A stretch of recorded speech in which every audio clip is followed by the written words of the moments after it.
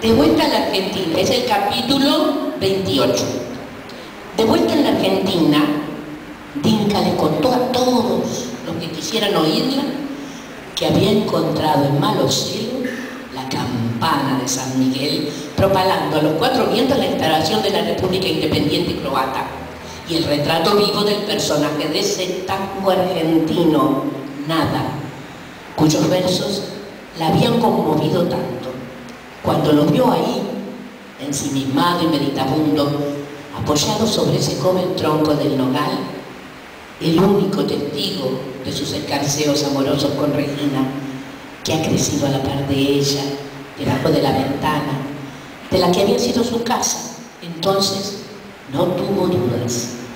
Se ha imaginado tantas veces esta escena, porque a ella también le habían dicho de venir a buscarla una vez terminada la guerra, y se encontrarían con toda esta desolación que el poeta describe con tanta precisión. El tango argentino de Damián y Sanguinetti. Nada. He llegado, después las primeras estrofas no lo entonarán. He llegado hasta tu casa.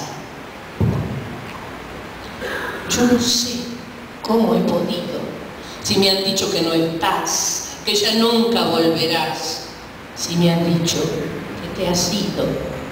Cuánta nieve en mi alma, qué silencio hay en tu puerta al llegar hasta el umbral, un candado del dolor me detuvo el corazón.